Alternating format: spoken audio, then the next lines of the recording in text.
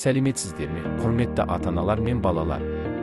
Жаз мезгілінде үйде, көшеде және интернетте қауіпсіздік ережелерін сақтау аса маңызды.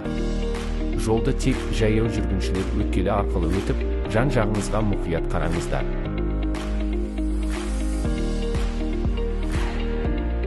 Велосипед немесе самокат тепкен кезде міндетті түрде қорғаныш дулығасын киіп, жол қозғалысы ережелерін сақтаңыздар.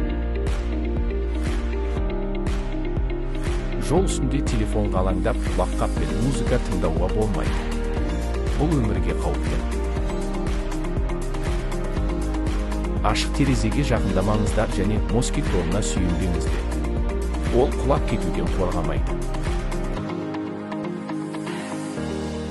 Тек рұқсат етілген жерлерде және үлкендердің бақылауымен ғана суға шомылыңыздар.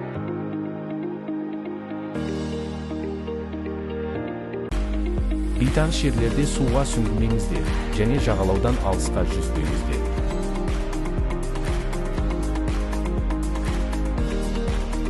Балалар лагерінде демалу кезінде қауіпсіздік ережелерін сақтап, қайда бара жатқандарыңызды ересектерге әрдайым хабарлап жүріңіздер. Кәмелетке толмаған балалардың түнгі уақытта ата-анасының немесе заңды өкілдерінің қарауынсыз көшеде жүруіне болмайды.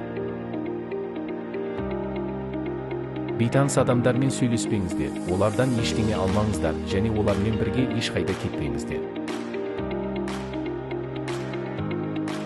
Егер қауіпті жағдайды сезсеңіздер, бірден ересектерден немесе полиция қызметкерлерінен көмек сұраңыздар. Күмәнді сілтемелерге өтпеңіздер және интернетте бейтаныс адамдарға жеке мәліметтеріңізді бермеңіздер. Қарапайым қауіпсіздік ережелерін сақтау денсаулық пен өмірді сақтауға көмектеседі. Өздеріңізді және жақындарыңызды қорғаңыздар. Құрметті ата-аналар мен балалар, елімізде жыл сайын 180 мыңнан астам бала жарақаты тіркеледі. Оқиғалардың басым бөлігі көшелерде, ойын алаңдарында, саябақтарда, су айдындарының маңында және демалыс орындарында орын алады. Тек 2025 жылы суға шомылу маусымында 125 адам суға кетіп қаза болған, оның 39-ы балалар. 36 мыңнан астам жол-көлік оқиғасы тіркеліп, салдарынан 285 бала қаза тапқан. Сонымен қатар балалардың терезеден құлау фактілері де өзекті болып отыр. Биыл осындай 65 жағдай тіркеліп, 10 бала қаза болды.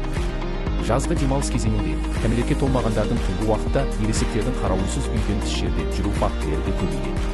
Өткен жылы осындай құқық бұзушылықтар үшін 130 мыңнан астам ата-ана жауапкершілікке тартылса, биылдың өзінде 38 мыңнан астамы жауапқа тартылады. Балалардың қауіпсіздігі әрбір ата-ананың басты міндеті және қоғамның ортақ жауапкершілігі. Назарларыңызға рахмет. Әрбір адамның қауіпсіздігі мен амандығы біздің басты міндетіміз.